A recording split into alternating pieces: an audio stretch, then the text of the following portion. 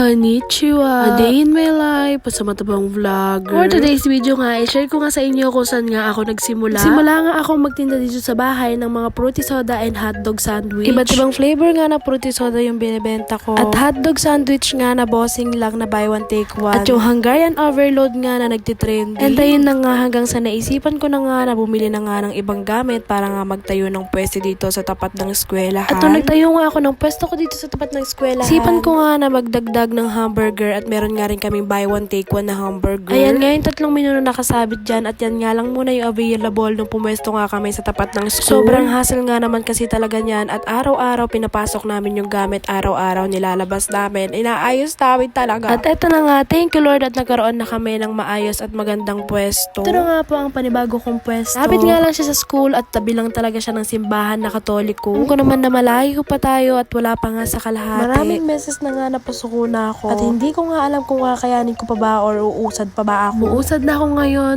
medyo matraffic lang, pero I know I'll get there. Being a small business owner, masasabi ko na di madaling mag-start ng negosyo. Pag hindi mo hilig yung ginagawa mo or yung binebenta mo. Pero ako nga ay gustong-gusto ko nga yung ginagawa ko. Gusto ko nga lang i-flex na dati nga ay 3 lang yung menu ko at ngayon nga ay sobrang dami na dahil malilito ka na.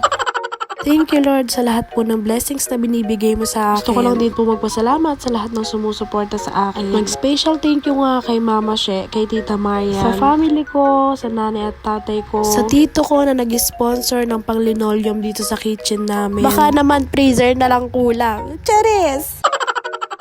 Hindi ko na nga po maiisa-isa. Maraming salamat po talaga sa inyong lahat. Eto nga, pasara na kami pero humabol pa rin yung mga kaibigan ko para nga kumain dito sa pwesto namin. Maraming salamat nga sa inyo sa pag-support nga sa aking small business. Maraming salamat sa inyo, na-appreciate ko kayo lahat ng mga loyal customer namin. Salamat po sa customer namin na bumabalik-balik. Thank you so much po sa inyo. Kayo po yung bumubuhay sa aming pwesto.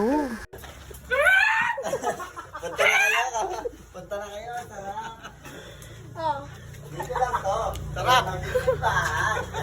Saan pa kayo? Saan pa kayo? Dito lang to. Sarap ng upo mo din. Ang Ang sarap din ng upo mo.